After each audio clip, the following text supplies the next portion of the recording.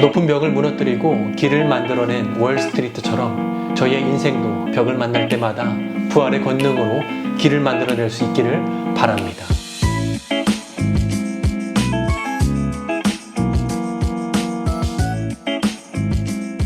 안녕하세요. 어썸바이블의 김정일 목사입니다.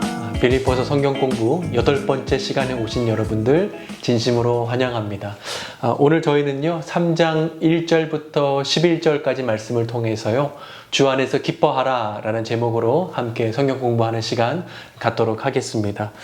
한글 성경을 보게 되면 11절에서 사실 이게 문장이 끝나지가 않습니다. 그러나 원문 성경을 보게 되면 11절에서 문장이 끝나기 때문에요. 저희가 1절부터 11절까지의 말씀을 오늘 함께 배우도록 하겠습니다. 1절 말씀을 보게 되면 이렇게 나옵니다. 끝으로 나의 형제들아 주 안에서 기뻐하라. 너희에게 같은 말을 쓰는 것이 내게는 수고로움이 없고 너희에게는 안전하니라. 끝으로라는 말이 나오는데요. 이 끝으로라는 말은요, 편지가 마무리될 때 혹은 주제가 새로운 주제로 바뀔 때 쓰이는 말입니다. 여기서부터 이제 3장, 4장, 2장에 걸쳐서 계속해서 기록되기 때문에 여기서의 끝으로는 다음 주제로, 새로운 주제로의 전환이다 라고 이렇게 보시면 됩니다. 지금까지 바울은 1장, 2장을 통해서 교회 내부, 빌립보 교회 내부 안에 분열이 있기 때문에 교회가 하나 돼야 한다라는 걸 계속해서 강조해 왔죠. 3장에서는요, 새로운 주제가 나오는데요. 그것은 바로 외부에서의 공격이 있습니다. 바로 유대주의자의 공격인데요. 그 공격으로부터 교회가 어떻게 그 공격을 방어해야 되고 어떻게 복음을 지켜야 하는지에 대해서 나오고 있습니다. 특별히 바울은 1절에서 주 안에서 기뻐하라 라는 말이 나옵니다. 그리고 이것을 계속해서 내가 지금 반복해서 쓰고 있는데 반복해서 쓰지만 사실 이것이 나에게는 그렇게 큰 수고로운 일이 아니고 또 너희에게는 이것이 가장 안전한 길이다 라고 말한 것처럼 주 안에서 기뻐하라는 이 말이 굉장히 중요한 말씀입니다. 그렇기 때문에 우리는 오늘 이 시간 주 안에서 기뻐하는 것을 함께 배우기를 원합니다. 정말 주 안에서 기뻐하십니까? 우리가 정말 주 안에서 기뻐하고 있나요? 우리가 또 어떻게 하면 우리가 주 안에서 기뻐할 수 있는지 오늘 본문을 통해서 함께 살펴보도록 하겠습니다. 그 첫 번째는요, 우리는 율법주의에서 벗어날 때 기뻐할 수 있다라는 것입니다. 우리는 율법주의에서 벗어날 때 기뻐할 수 있습니다. 빌립보 교회 안에 기쁨 도둑이 침투했습니다. 바로 율법주의자들이었습니다. 그리고 바울은 이들을 굉장히 강도 높게 비난하는데요. 우리 2절 말씀입니다. 이렇게 나오죠. 개들을 삼가고 행악하는 자들을 삼가고 몸을 상해하는 일을 삼가라. 여기서 개들, 또 행악하는 자들, 몸을 상해하는 자들이라고 나옵니다. 이 세 가지가 모두 다 율법주의자들을 향한 말인데요. 헬라어 원문을 보게 되면 개들은 퀴나스, 그리고 행악하는 자들은 카코우스, 또 몸을 상해하는 자는 카타토멘으로 모두 이 세 가지가 다 키역으로 이렇게 시작을 합니다. 바울은요, 빌립보 교회 성도들이 이 율법주의자의 이 세 가지 특징을 잘 쉽게 이해하고 기억할 수 있도록 그가 지금 세심하게 편지를 쓰고 있는 것입니다. 먼저 바울은 율법주의자들을 개들이다 라고 말했습니다. 굉장히 심한 표현인데요.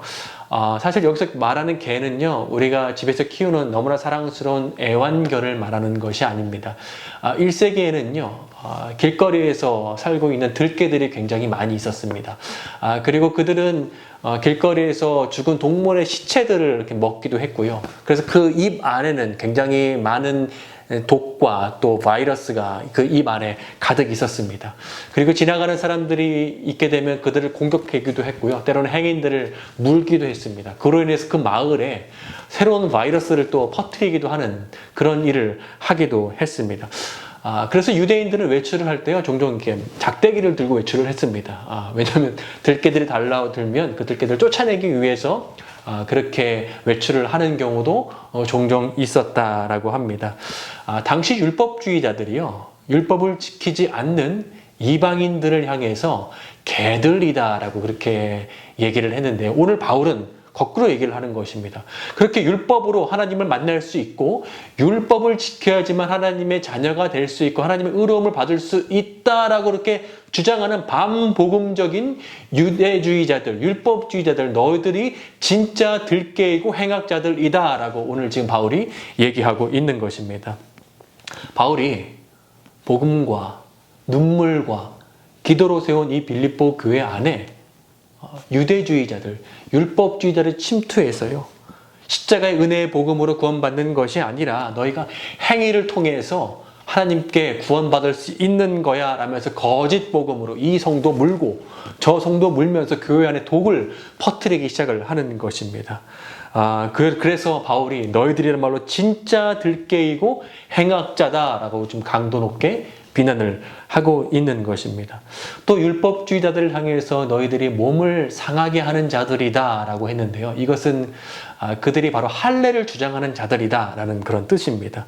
할례는요, 하나님의 택하신 백성이다, 구별된 백성이다 라는 것을 보여주는 게 상징적인 것입니다. 그래서 할례의 이 모습을 볼 때마다 나는 하나님의 자녀로서 구별된 삶을 살아야지라고 늘 결단하고 다짐하면서 그렇게 행동하도록 독촉하는 것이 바로 이 할례였습니다. 그러나 그들은 할례의 의식 있지 않습니까? 그 할례의 의식을 중시 여긴 나머지 그 할례만으로 이미 우리는 구별된 자고 하나님으로부터 자녀됨을 획득한 자다라는 잘못된 의식을 갖고 있었습니다.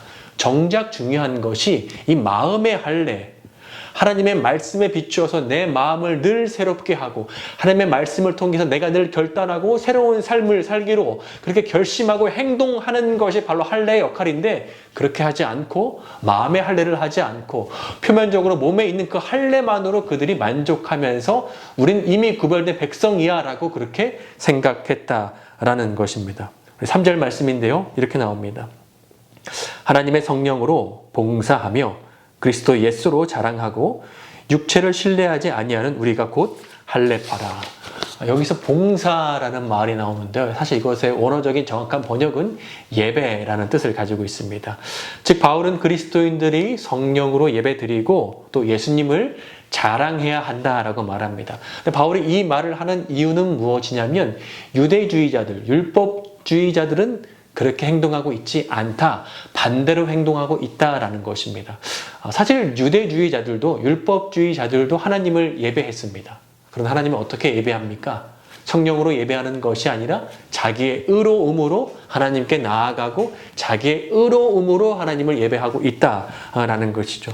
또 그들은 예수님을 자랑하지 않고요, 자기의 의로움을 자랑했습니다. 자기의 혈통을 자랑하고요, 자기의 업적을 자랑했습니다.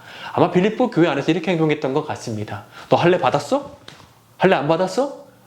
우린 다 이미 할례 받은 자들이야. 우린 이미 하나님의 자녀야. 그것이 구별된 사람의 증표야. 근데 너 아직 할례 안 받았으면 넌 이미 하나님의 자녀가 아니야 라고 그들을 무시했던 것입니다. 너 기도 하루에 몇 시간 해? 너 하루에 성경 얼마나 읽어? 라면서 빌립보 교회 성도들을 계속해서 기를 죽이는 것입니다. 그러면서 율법주의자들이 자신의 율법적인 행위를 막 강조하면서 사실 그 율법적인 행위 뒤에 자신의 진짜 추악하고 더러운 죄를 숨기면서 빌립보 교회 성도들 위해서 막 군림하는 그러한 일을 했던 것입니다. 이에 바울은 5절에서 내가 왕년에 어떤 사람이었는지 알아? 라면서 자신의 왕년의 일들을 말합니다. 우리 5절인데요. 이렇게 나오죠. 나는 8일 만에 할례를 받고 이스라엘 족속이요 베냐민 지파요 히브리인 중에 히브리인요. 먼저 바울은 자신의 혈통에 대해서 얘기를 합니다. 바울은 8일 만에 할례를 받았다라고 얘기를 합니다. 이방인들이 유대교를 개종을 하게 되면 뒤늦게 할례를 받죠. 그런데 태어나자마자 8일 만에 할례를 받았다라는 것은 그가 정통 유대인임을 알려주는 것입니다. 또한 그가 이스라엘 족속이다라고 얘기를 합니다. 아브라함, 이삭, 야곱의 그런 직계 후손이다라는 뜻이죠. 또 그가 베냐민 지파다라고 얘기를 합니다. 베냐민 지파는 12지파 중에서 가장 명문 지파였습니다. 이스라엘이 처음 생길 때 초대 왕이 바로 사울이었지 않습니까? 그가 바로 유대 지파 출신이었습니다. 또 예루살렘 성과 성전이 베냐민, 아까 말씀드린 게 바로 사울이 베냐민 지파 출신이었습니다. 그리고 또 예루살렘 성과 또 예루살렘 성전이 바로 이 베냐민 영토 안에 있었습니다. 그리고 이스라엘이 남북으로 분열될 때 다윗 왕조를 끝까지 섬기고 충성했던 지파가 또 베냐민 지파였죠. 또 이스라엘이 아주 전멸할 위기에 처해 있을 때 그 위기로부터 구출해낸 바로 모르드게 역시 베냐민 지파 출신이었습니다. 그래서 유대인들은 종종 이제 당신은 어느 지파 출신입니까? 라고 물을 때 베냐민 지파인들은 당당하게 저는 바로 베냐민 지파 출신입니다. 라고 그렇게 얘기했다라고 합니다.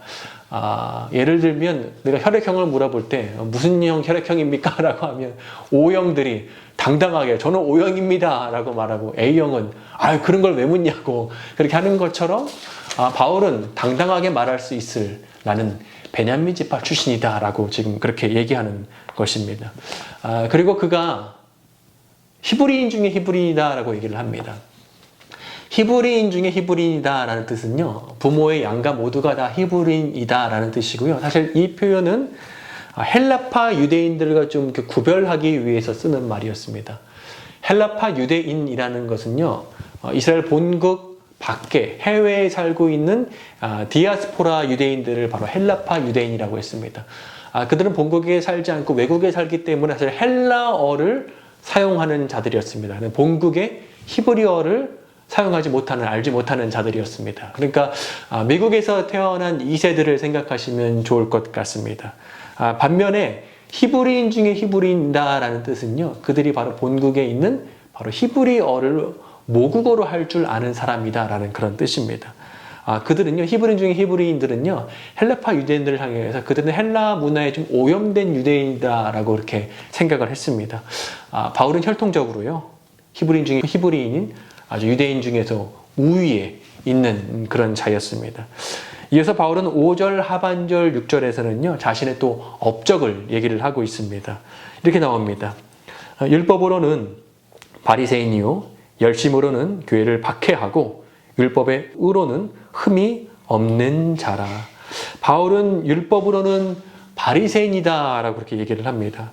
우리는 바리새인 하면 저 나쁜 사람, 아주 예수님께 혼난 사람 그렇게 생각을 하지만 사실 그 당시에 바리새인이다라는 것은요, 많은 백성들에게 존경을 받고 또 흠모의 대상이기도 했습니다. 특별히 바울은 가말리엘에게 율법을 배우지 않았습니까? 그 당시 1세기 때에 3대 랍비가 있었는데요. 그 중에 한 명이 바로 가말리엘이었습니다. 그리고 이 세 명의 랍비를 향해서 랍비라고 불렀지만 사실 가말리엘한테는 랍비라는 호칭보다 라반이라는 호칭을 더 썼습니다. 이 라반이라는 호칭이 무슨 뜻이냐면요, 바로 오늘날로 말하면 국민 스승이라는 뜻을 가지고 있습니다. 그러니까 가말리엘은요, 그 세 명의 랍비 중에서도 국민 스승으로 가장 높은, 모든 사람들에게 존경을 받는 그런 스승이었습니다. 그 최고의 스승에게 바로 이 바울이 율법을 배운 것이었습니다. 바로 그러한 율법을 배운 바리새인이었습니다. 또한 그가 자신을 가리켜서 내가 열심으로 교회를 박해한 자였다라고 나옵니다. 사도행전 9장을 보게 되면 바울이 얼마나 열심으로 교회를 박해했는지요, 그의 소문이 예루살렘 성 밖에까지 날 정도로 사울이라는 그 이름이 아주 악명이 높은 그런 자였습니다.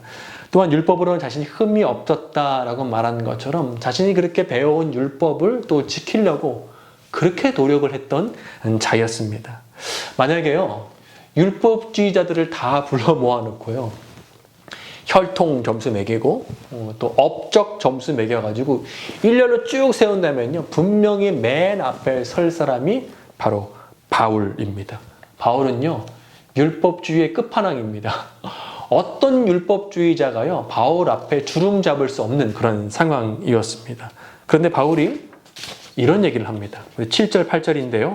이렇게 나옵니다. 그러나 무엇이든지 내게 유익하던 것을 내가 그리스도를 위하여 다 해로 여길 뿐더러 또한 모든 것을 해로 여김은 내 주 그리스도 예수를 아는 지식이 가장 고상하기 때문이라. 내가 그를 위하여 모든 것을 잃어버리고 배설물로 여김은 그리스도를 얻고 라고 나옵니다. 바울은 자신의 우월했던 그 혈통 또 업적을요 해로 여길 뿐만 아니라 배설물로 여긴다라고 얘기를 합니다.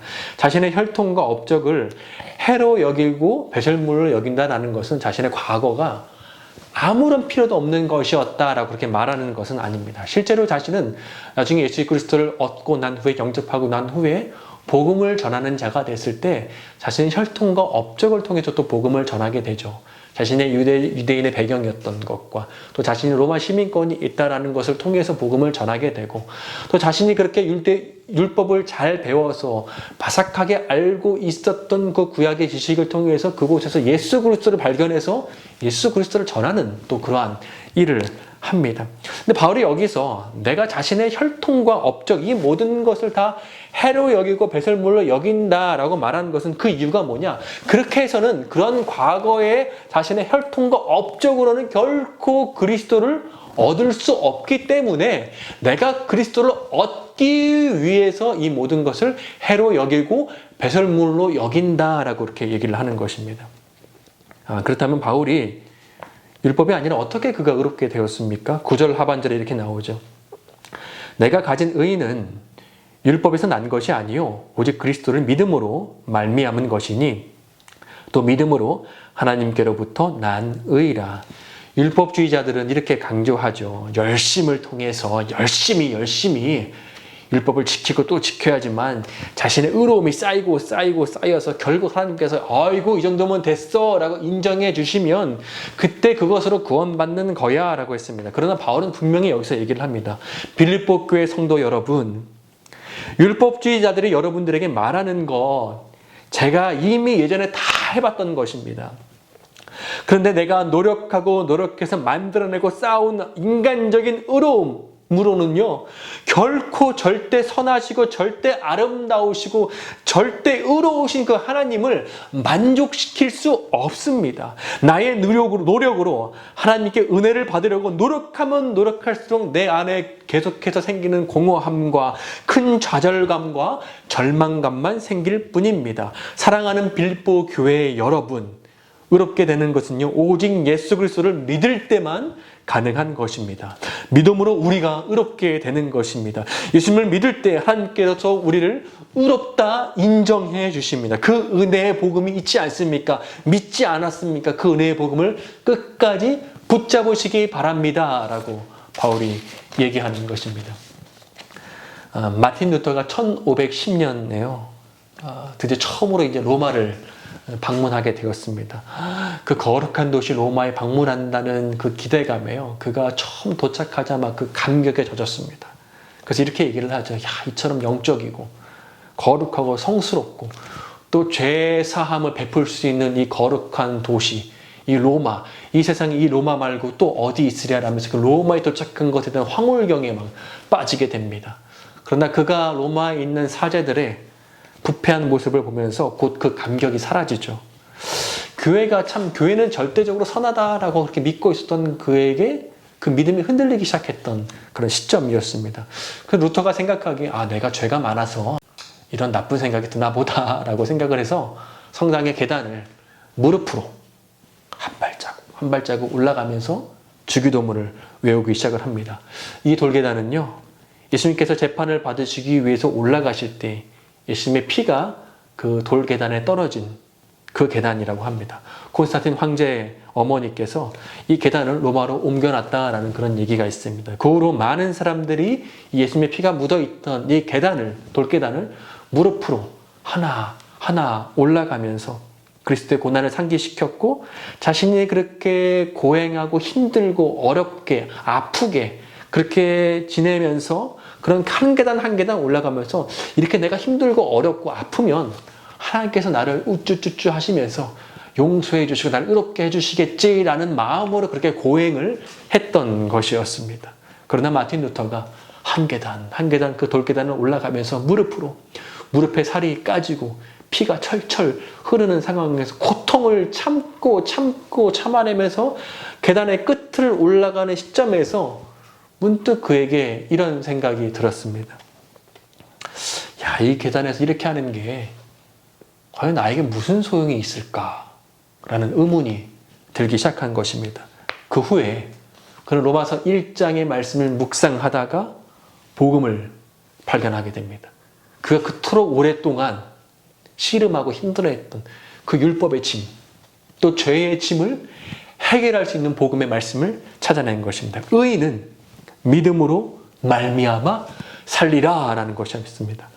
지금까지 그는 하나님 저 좀 보세요. 저 정말 힘들게 지내고 있잖아요. 저 정말 좀 금욕하고 있잖아요. 저 정말 좀 고통당하고 있잖아요. 저를 좀 이쁘게 봐주세요라면서 하나님의 의로움과 하나님의 그 은혜를 좀 따내려고 했었는데 자신의 노력으로 의로움을 따내고 내가 그렇게 의인이 되는 것이 아니라 예수님을 그냥 믿음으로 값없이 의롭다함을 받는다라는 것을 그가 그 복음을 발견하고 믿게 된 것입니다.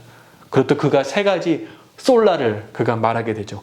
오직 성경, 오직 은혜, 은혜라는 것이죠. 오직 은혜, 그리고 오직 믿음이었습니다. 그리고 그가 종교개혁을 일으키기 시작합니다.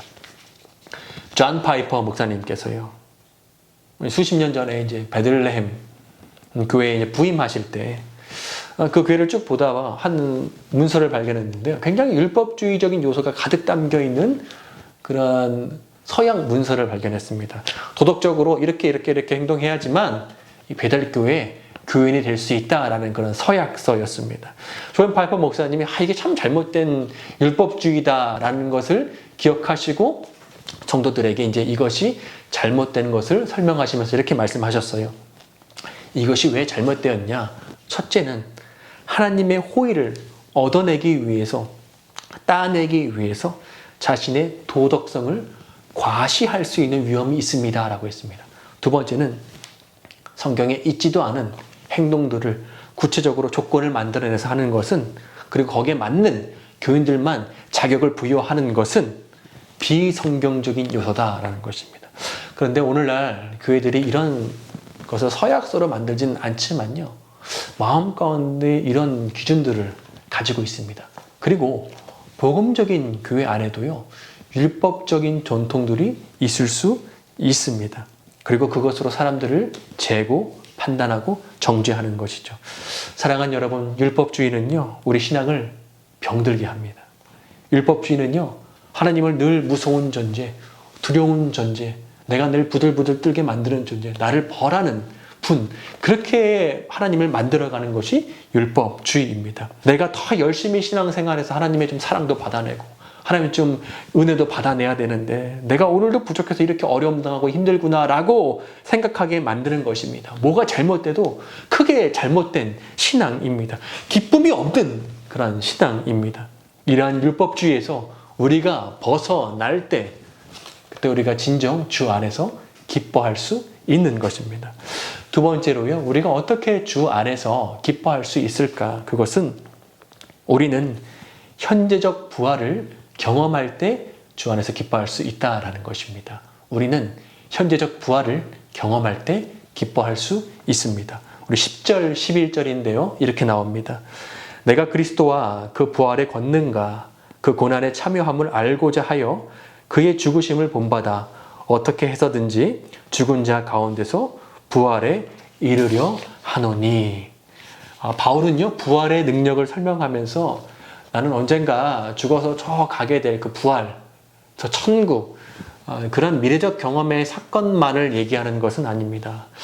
그는 지금 이 땅에 살면서 그 부활의 경험에, 부활의 능력, 권능을 경험하는 것을 얘기하고 있는 것입니다. 여기서 오늘 본문에서 알고자 한다라는 것의 원어는요, 기노스케인인데요. 이것은 내가 배움을 통해서, 어떤 책을 읽음을 통해서 내가 지식적으로 안다라는 뜻이 아니라 내가 경험을 해서 안다라는 그런 뜻을 가지고 있습니다. 한 번은 제가 이제 저희 첫째 아이가 이제 초등학교 1학년에 입학을 해야 돼서 제가 교육청에 가서 이제 상담을 받게 되는데요. 그 교육청 직원이 이미 저희 아이의 모든 정보를 서류로 다 가지고 있더라고요. 몇 년도 몇 월 며칠 날 버지니아에서 태어났는지 기록과 이 아이의 소셜 넘버가 무엇인지, 또 몇 살 때부터 어디 유치원에 다녔는지, 또 가족 관계는 엄마 아빠는 누구고 몇 년생이고 동생은 누구고 어떻게 되는지 그리고 저희가 이제 병원에 정기적으로 체크업을 받았기 때문에 이 아이의 키가 지금 몇이고, 몸무게가 몇이고, 시력은 몇이고, 또 치아 상태는 어떤지까지 모든 자료를 다 서류로 가지고 있는 것이었어요.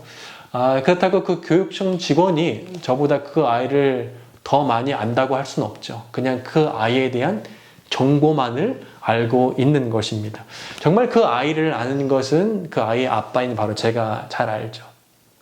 그 아이가 무엇을 좋아하는지, 또 무엇 때문에 슬퍼하는지, 또 무엇 때문에 기뻐하는지 잘 아는 게 바로 경험적으로 아는 게 바로 저입니다. 제가 경험적으로 통해서 저희 아이를 아는 것처럼 바울이 지금 그 얘기를 하는 것입니다. 자신의 부활의 권능을 내가 경험적인 것을 통해서 내가 그 부활의 권능을 알고 경험하고 있다라는 것입니다.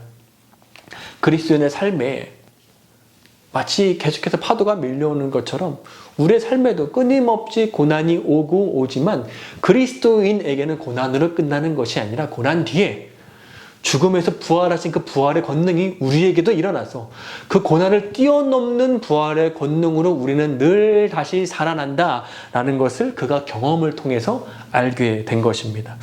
특히요 9절 상반절에 굉장히 중요한 말씀이 나오는데요. 그것은 그 안에서 발견되려 함이니라 라는 것입니다. 그 안에서 발견되려 함이라. 나 무슨 교회의 성도야, 나 무슨 교회 집사야 라고 우리가 직접 말하지 않아도 다른 사람들이 와 저분 보니까 그리스도인이었네, 저분 보니까 집사님이었네 라고 다른 사람을 통해서 발견된다라는 것입니다. 야, 저 사람 어떻게 저런 고난을 당하고도 어떻게 다시 살아나지? 어떻게 저런 사람 저런 고난을 당하고도 어떻게 힘차게 다시 살아갈 수 있지? 어떻게 저 사람 저런 고난을 당하고도 어떻게 날마다 생기가 넘치게 그렇게 살 수 있지? 그 이유가 무엇입니까? 바로 부활의 권능을 날마다 경험하고 있기 때문입니다. 예수님의 부활의 권능으로 늘 그 주님이 우리와 함께 해주시기 때문에 다른 사람에 의해서 우리가 그렇게 발견되는 것입니다. 바울은요, 바로 현재적 부활을 경험할 때, 그래서 주 안에서 내가 발견될 때, 그때 우리가 진짜 기쁨을 누릴 수 있다. 부활의 권능으로 함께 살아갈 때, 그래서 우리가 살아날 때, 그리고 다른 사람들이 우리가 살아나는 것을 발견할 때, 그때 우리가 진짜 주 안에서 기쁜 삶을 살 수 있다라고 얘기를 하는 것입니다. 세계에서요 가장 값비싼 땅 중에 하나가 바로 미국의 맨하튼입니다. 원래 주인인 인디언 추장이요 네덜란드 상인에게 그 땅을 단돈 24달러에 그 땅을 팔게 됩니다. 네덜란드 상인들은요 자신들이 그 땅의 새로운 주인이다라고 해서요 뉴 암스테르담이라고 이렇게 이름을 지었습니다. 근데 후에 이제 그 땅을 영국인들에게 팝니다. 그래서 영국인들이 이것이 새 요크다라고 해서 뉴욕이라고 그렇게 짓고 이제 그것에 도시를 세우기 시작을 했습니다. 그런데 뒤늦게 이제 인디언들이 내가 너무 헐값에 땅을 팔았다라고 생각을 해서 뒤늦게 와서 이제 그곳에서 이제 땅을 다시 돌려달라고 그렇게 요청을 하죠. 그래서 이 유럽인들이 그곳에 이제 벽을 세웁니다. 월을 세우죠. 근데 후에 그 벽을 무너뜨리고 그곳에 길을 냅니다. 그것이 바로 월스트리트가 됐습니다. 그리고 그곳이 현재 세계 금융의 중심가로서 그렇게 성장했습니다. 바로 벽이 귤이 된 것이었습니다. 근데 우리 그리스도인의 인생에도요, 벽을 만날 때가 있습니다. 참 죽을 맛입니다.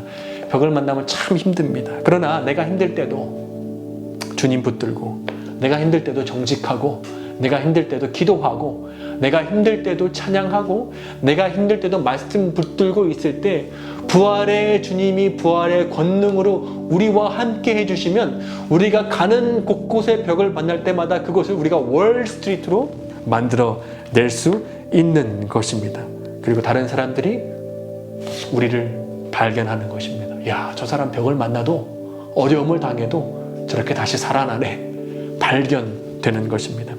부활하신 주님과 동행하고 우리가 현재적인 부활을 날마다 경험함으로써 바울이 말한 그 기쁨의 인생, 월스트리트 인생을 살아갈 수 있는 저와 우리 모두가 되기를 소망합니다. 감사합니다.